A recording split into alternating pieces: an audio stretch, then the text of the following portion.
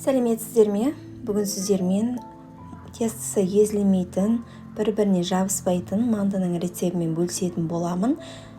Менімен бірге соңына дейін қалыңыздар.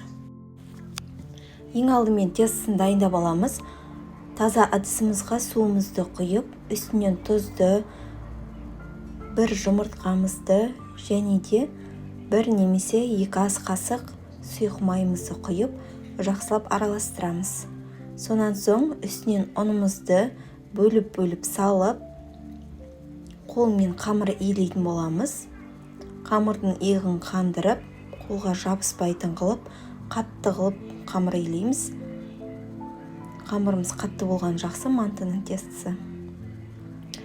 Енді дайын болған тестімізді салфан шоққа салып, холодильникке 10-15 минутқа салып қоямыз.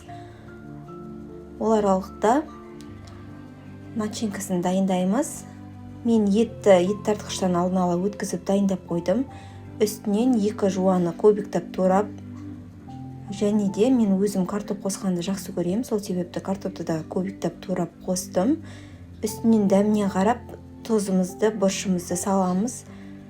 Мантымыз сочный шығу үшін тағы да үстінен су қосамыз. Мен жарты стакан қостым, 100 мл. Енді барлығын жақсылап қолмен араластырамыз. Тестімізді холодильниктен шығарып, бөліктерге бөліп аламыз. Менде 3 күлше шықты. Енді осылай видеодағыдай нанымызды басып, үстінен домалақ пішінге келтіреміз. Сол кезде тестіміз тегіс жайылатын болады. Жұмсартамыз осылай қолмен. Одан ары қарай оқтаумен қамырымызды жаямыз. Қамырымыз қатты, қалыңда, жұғада болмау керек.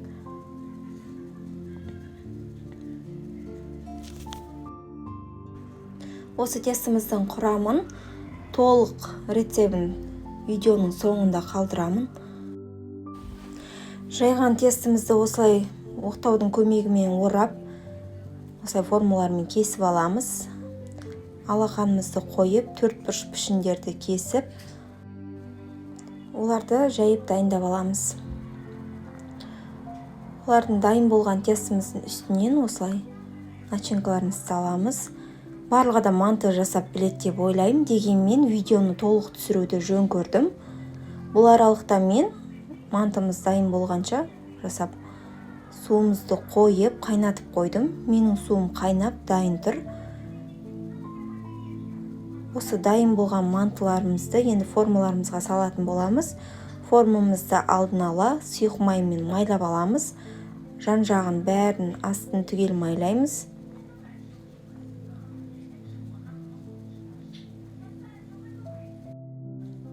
Майлап дайындап қойған формамызға мантыларымызды саламыз. Олардың арасын тығыз қылып салуымыз керек. Егерде аралары ашылып салынса, мантыларымыз езіліп, өзінің формасын жоғалтатын болады. Мантыларды қорықпай, осылай тығыз орналастырып шығамыз. Олар жабыспайды. Формаға салып болған мантыларымыздың бетінен сұйық маймен майлап шығамыз. Сол кезде қамырымыздың беті кеуіп, қатып кетпейді. Майлап болған соң, формамызды, менде суым қайнап тұр, соның үстінен мантыларымызды саламыз. 45-50 минут аралықта пісіріп аламыз. Менде 45 минутта мантым пісіп дайын болды. Міне көріп тұрғандарыңыздай қолға да жабыспайды, бір-біріне жабыспайды, тесті езілмейді. Жасап көріңіздер, өкінбейсіздер. Егерде рецепт ұнап жатса, маған лайк басып, каналыма тіркелуді ұмытпаңыздар. Назарларыңызға рахмет. Ас болсын барлықтарыңызға.